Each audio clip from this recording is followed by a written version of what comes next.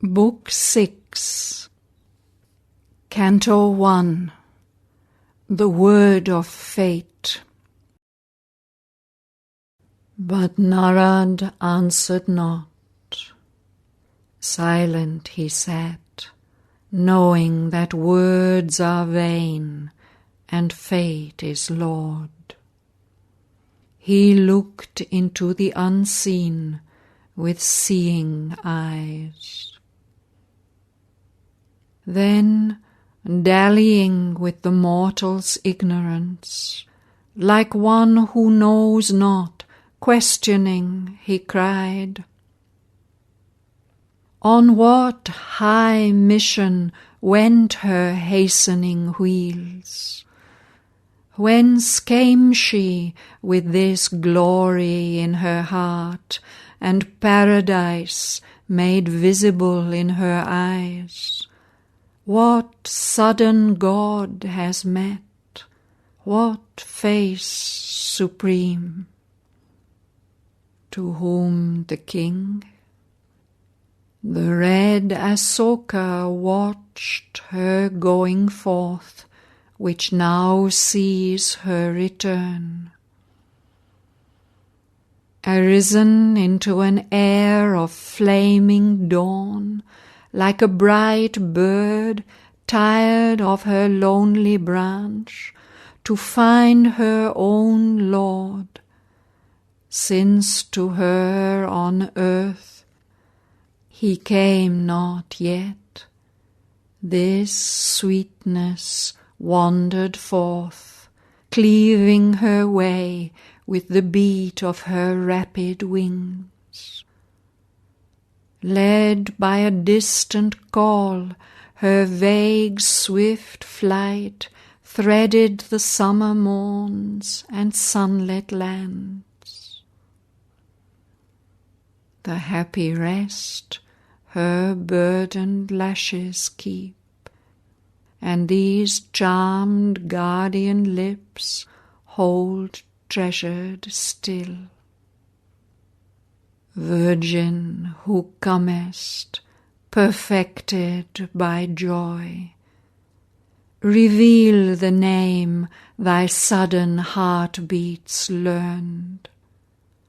Whom hast thou chosen, kingliest among men?" And Savitri answered with her still, calm voice, as one who speaks beneath the eyes of fate, "Father and King, I have carried out thy will.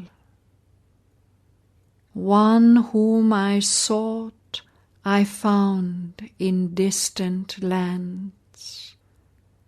I have obeyed my heart, I have heard its call. On the borders of a dreaming wilderness, mid Shalwa's giant hills and brooding woods, in his thatched hermitage Dyumatsena dwells, blind, exiled, outcast, once a mighty king.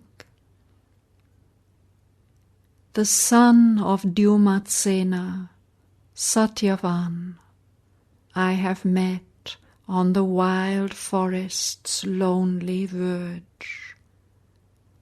My father, I have chosen, this is done." Astonished, all sat silent for a space. Then Asvapati looked within and saw a heavy shadow float above the name, chased by a sudden and stupendous light. He looked into his daughter's eyes and spoke, "Well hast thou done, and I approve thy choice. If this is all, then all is surely well. If there is more, then all can still be well. Whether it seem good or evil to men's eyes, only for good the secret will can work. Our destiny is written in double terms.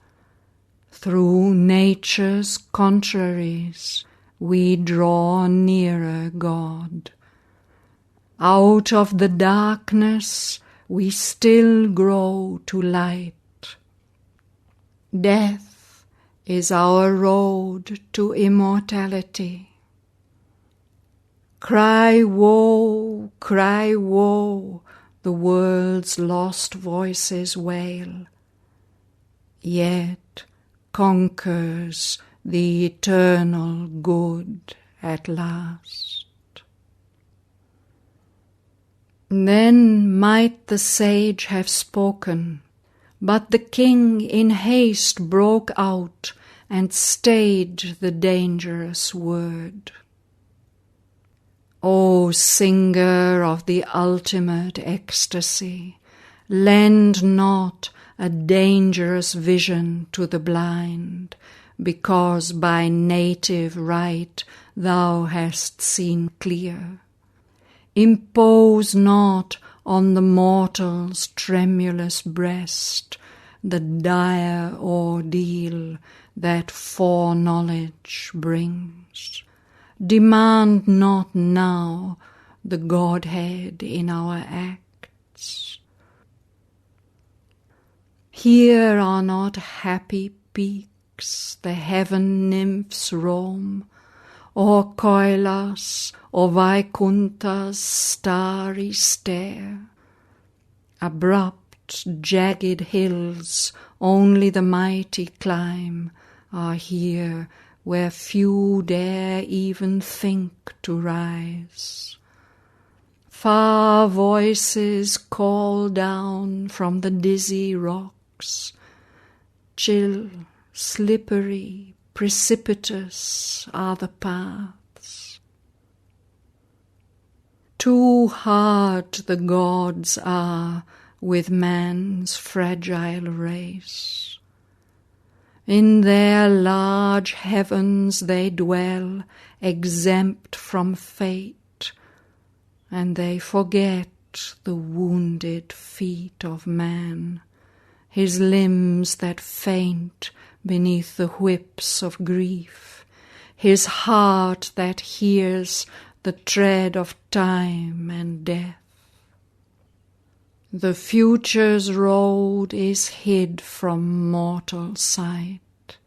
He moves towards a veiled and secret face. To light one step in front is all his hope, and only for a little strength he asks to meet the riddle of his shrouded fate. Awaited by a vague and half-seen force, aware of danger to his uncertain hours, he guards his flickering yearnings from her breath. He feels not when the dreadful fingers close around him with the grasp none can elude. If thou canst loose her grip, then only speak. Perhaps from the iron snare there is escape. Our mind perhaps deceives us with its words and gives the name of doom to our own choice. Perhaps the blindness of our will is fate. He said, And Narad answered not the king. But now the queen, alarmed, lifted her voice. O seer, thy bright arrival has been timed to this high moment of a happy life. Then let the speech benign of griefless spheres confirm this blithe conjunction of two stars, and sanction joy with thy celestial voice. Here drag not in the peril of our thoughts. Let not our words create the doom they fear. Here is no cause for dread, no chance for grief to raise her ominous head and stare at love. A single spirit in a multitude. Happy is Satyavan mid earthly men, whom Savitri has chosen for her mate.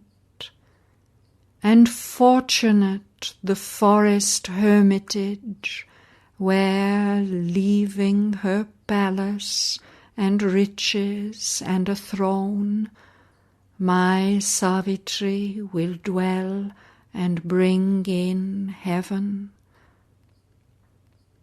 Then let thy blessing put the immortal seal on these bright lives, unstained felicity, pushing the ominous shadow from their days.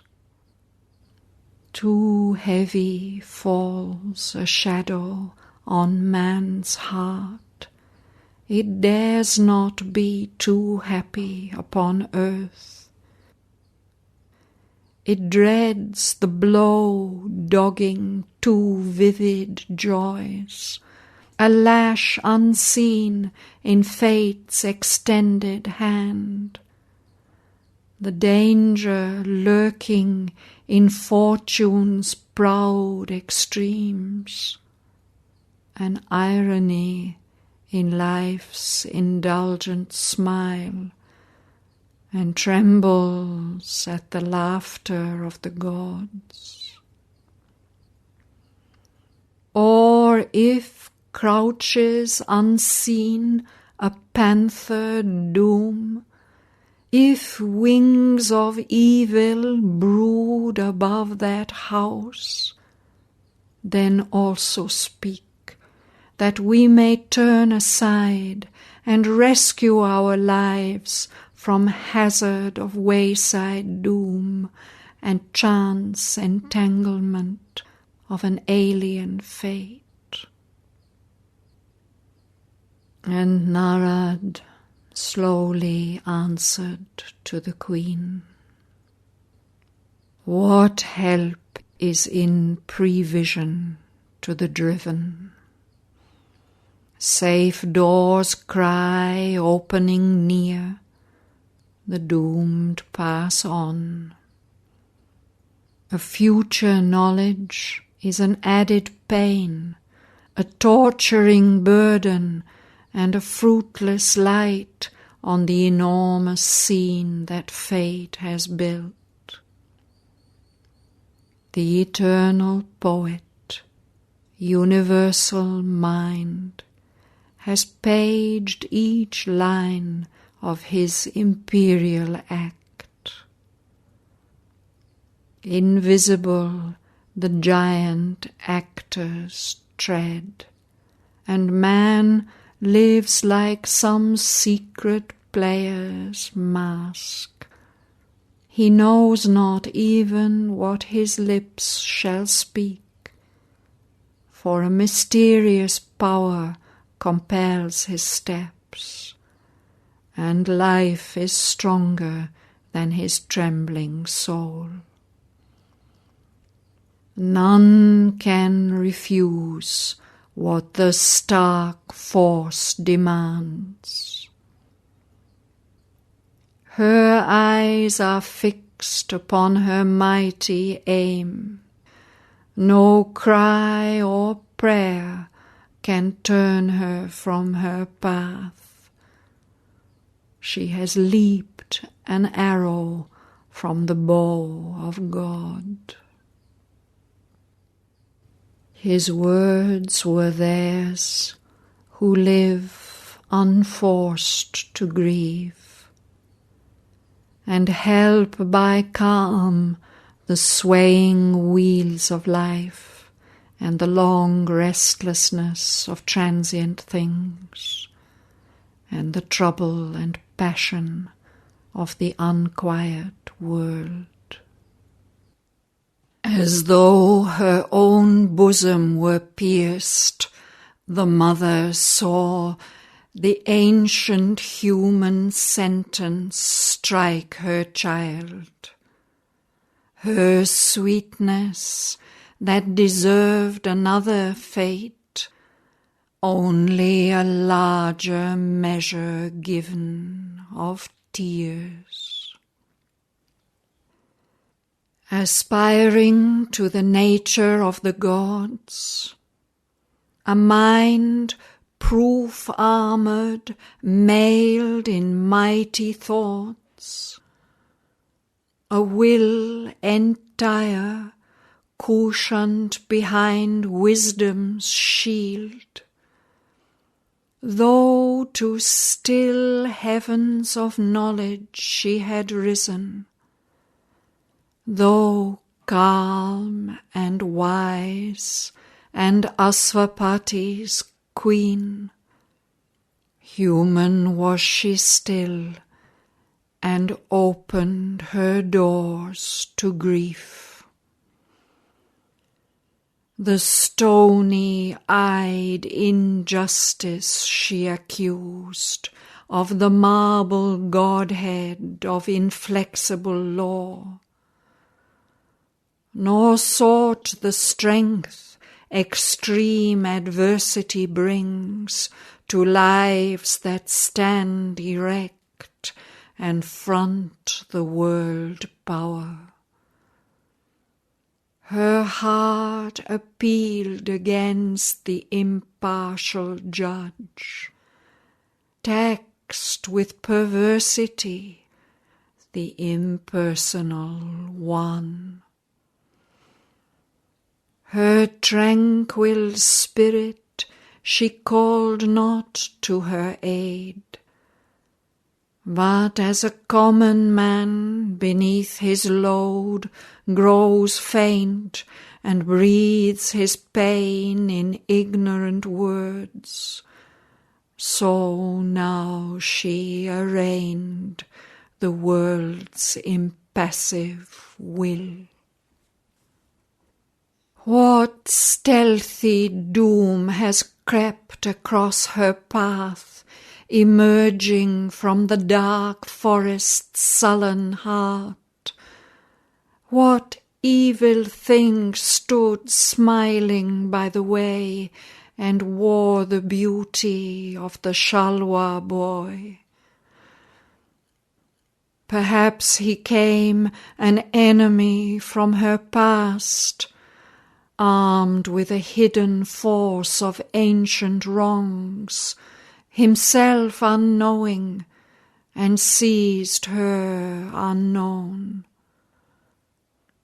Here, dreadfully entangled, love and hate meet us blind wanderers mid the perils of time. Our days are links of a disastrous chain. Necessity avenges casual steps. Old cruelties come back unrecognized. The gods make use of our forgotten deeds. Yet all in vain the bitter law was made. Our own minds are the justices of doom.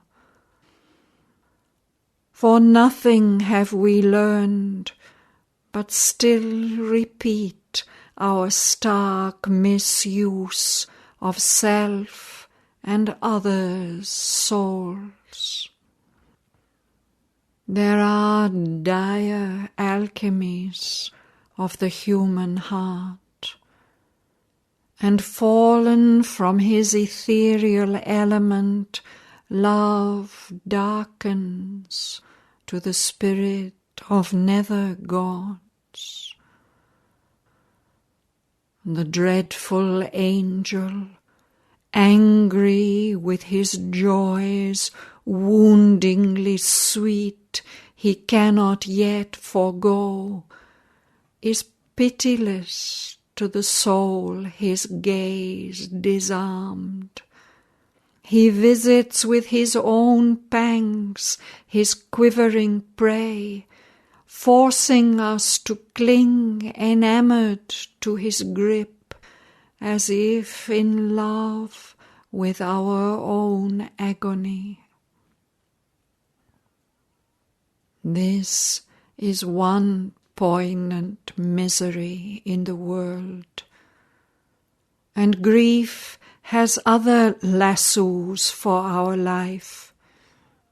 Our sympathies become our torturers. Strength have I my own punishment to bear, knowing it just.